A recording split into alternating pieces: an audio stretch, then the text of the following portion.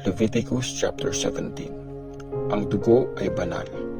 Sabi ni Lord kay Moses, sabihin mo kay Aaron at sa mga anak niyang lalaki, pati na sa lahat ng Israelites, ito yung bagay na inutos ni Lord.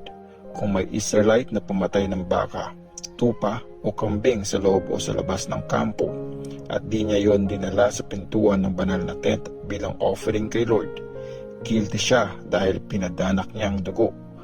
Hindi na siya ituturing na kabilang sa bayan ng Diyos. Kaya may ganitong rule para dalhin ng mga Israelites kay Lord ang mga offering na dati nilang inoffer sa ibang lugar. Dadalhin nila yon sa priest sa may pasukan ng banal na tent. Tapos, doon papatayin yung hayop bilang mga peace offering kay Lord.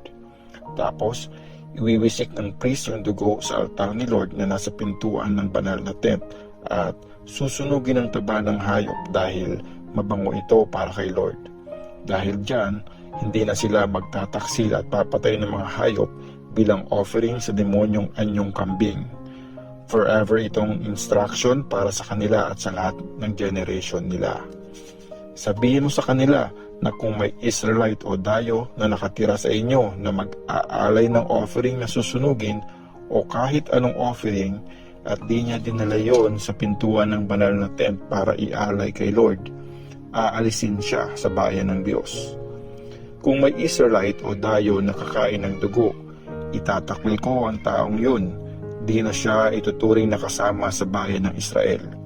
Dahil ang dugo ang nagbibigay buhay at inutos sa inyo na gamitin yon sa altar para maalis ang mga kasalanan sa buhay nyo. Ang dugo ay buhay, kaya iyon ang naglilinis sa mga kasalanan.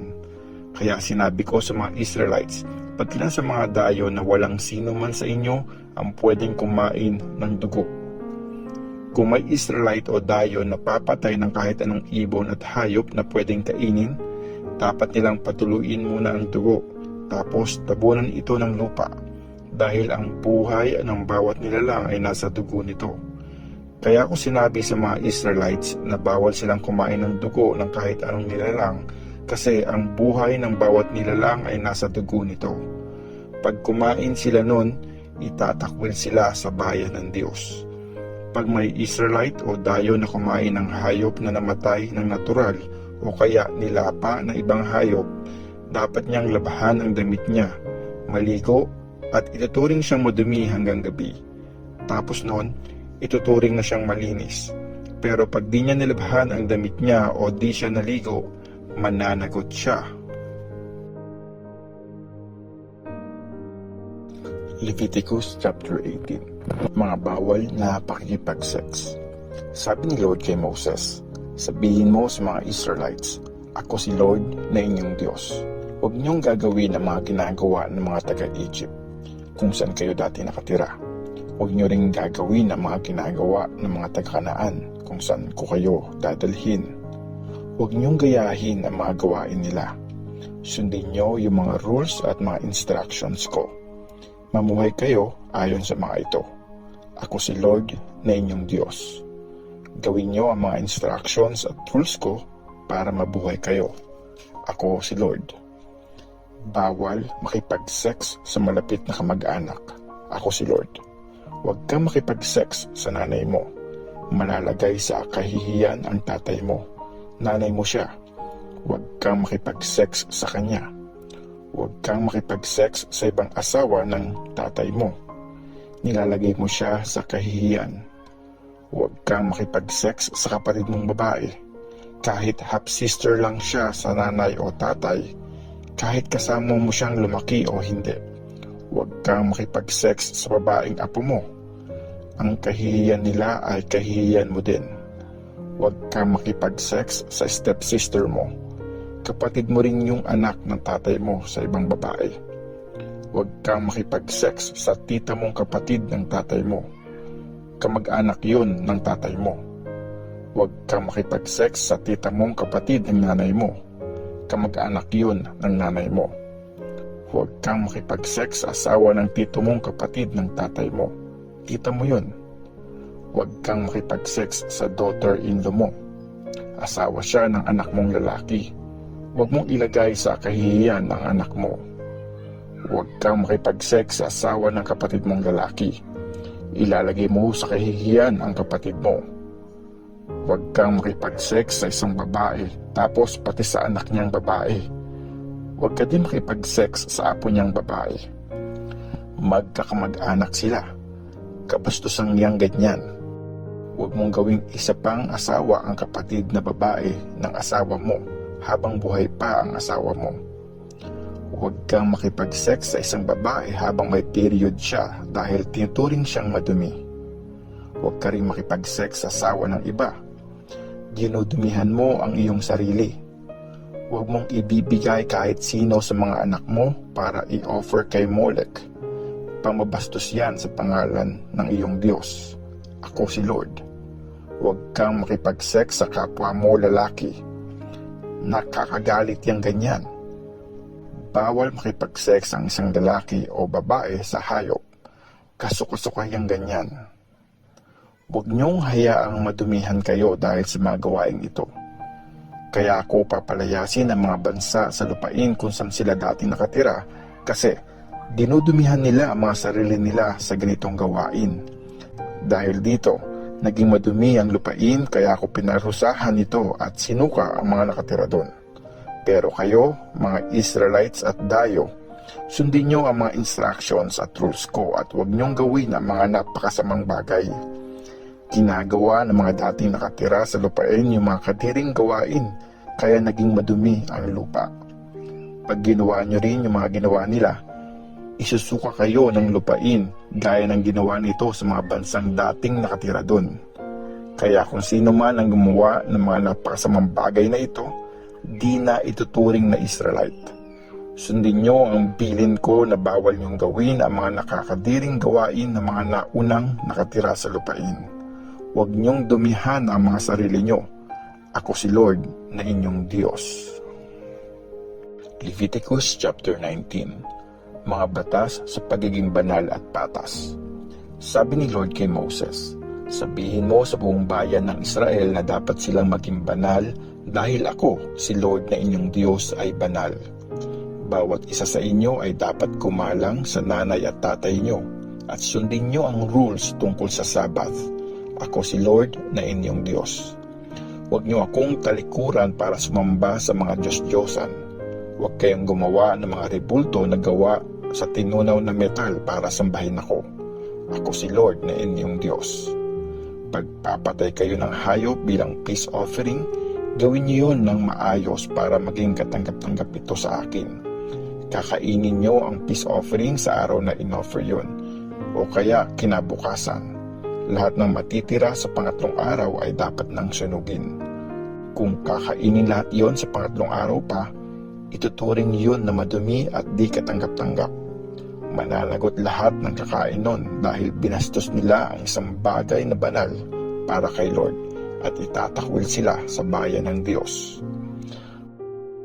Pag nag-harvest na kayo sa lupain, huwag niyong iha-harvest ng sagad hanggang dulo ang bukid niyo. Huwag nyo ring balikan yung mga natirang butil na di nasama pagkatapos nyo mag-harvest.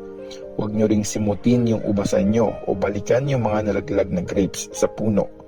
Iwan nyo yun para sa mahihirap at sa mga dayo. Ako si Lord na inyong Diyos. Huwag kayong magnakaw o manloko o magsinungaling sa isa't isa. Huwag nyong gamitin ang pangalan ko sa mga promise na di nyo naman gagawin. Pag ginawa niyo yon, binastos niyo ang pangalan ng inyong Diyos. Ako si Lord. Huwag niyong dayain o nakawan ang kapwa niyo. Huwag niyong i-delay ang sweldo ng bayarang trabahador hanggang kinabukasan. Huwag niyong insultuhin ang isang taong bingi o kaya maglagay ng bagay na matitisod ang bulag. Magkaroon kayo ng takot sa akin. Ako si Lord. Huwag kayong gumawa ng di patas na hatol sa pagja-judge. Huwag niyong paboran ang mahihirap o kaya pagbigyan ang mayayaman. Maging patas kayo sa pag-judge ng kapwa niyo.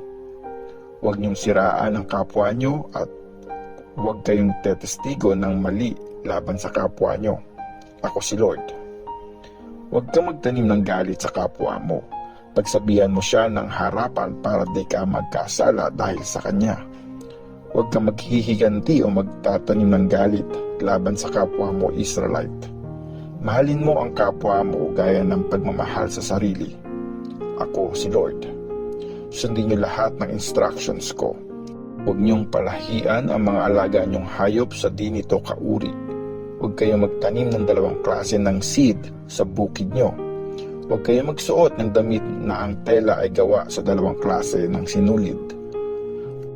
Pag nakipag-sex ang isang lalaki sa isang babaeng aliping di niya asawa na na-engage ng ikasal sa ibang lalaki pero di pa natutubos para mapalaya, paparusahan sila pareho.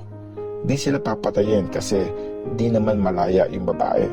Pero magdadala yung lalaki ng offering dun sa pintuan ng banal na tent para panugutan ang kasalanan. Magdadala siya ng lalaking tupa. Gagawin ng priest ang ritual ng pag-aalis ng kasalanan para sa lalaki. I-offer ng priest yung lalaking tupa sa harap ni Lord bilang offering para sa kasalanan at papatawarin ang kasalanang nagawa niya.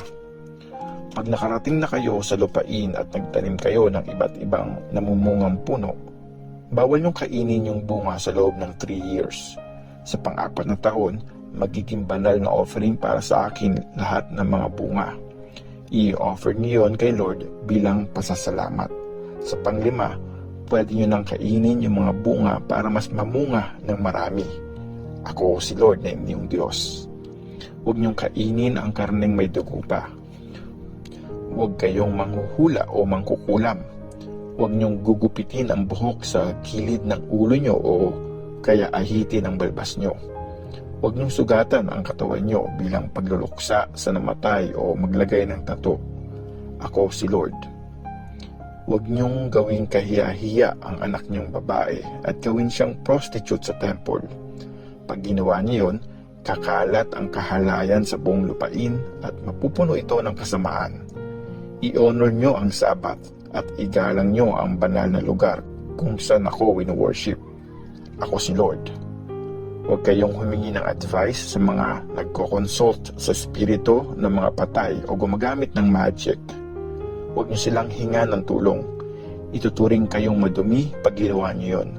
Ako si Lord na inyong Diyos. Igalang nyo ang matatanda. Respetuhin nyo sila. Magkaroon kayo ng takot sa inyong Diyos. Ako si Lord.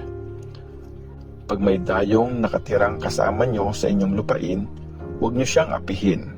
Ituring nyo siyang parang kapwa nyo Israelite at mahalin nyo siya gaya ng pagmamahal nyo sa sarili.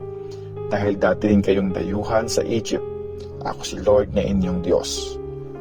Huwag kayong mandaya sa pagsukat ng haba, bigat o dami. Dapat tama ang timbangan nyo at tamang kiluhan ang panukat ng mga butil at oil. Ako si Lord na inyong Diyos na naglabas sa inyo mula sa lupain ng Egypt. At susundin nyo lahat ng instructions at rules ko. Gawin nyo ng tama ang mga ito. Ako si Lord.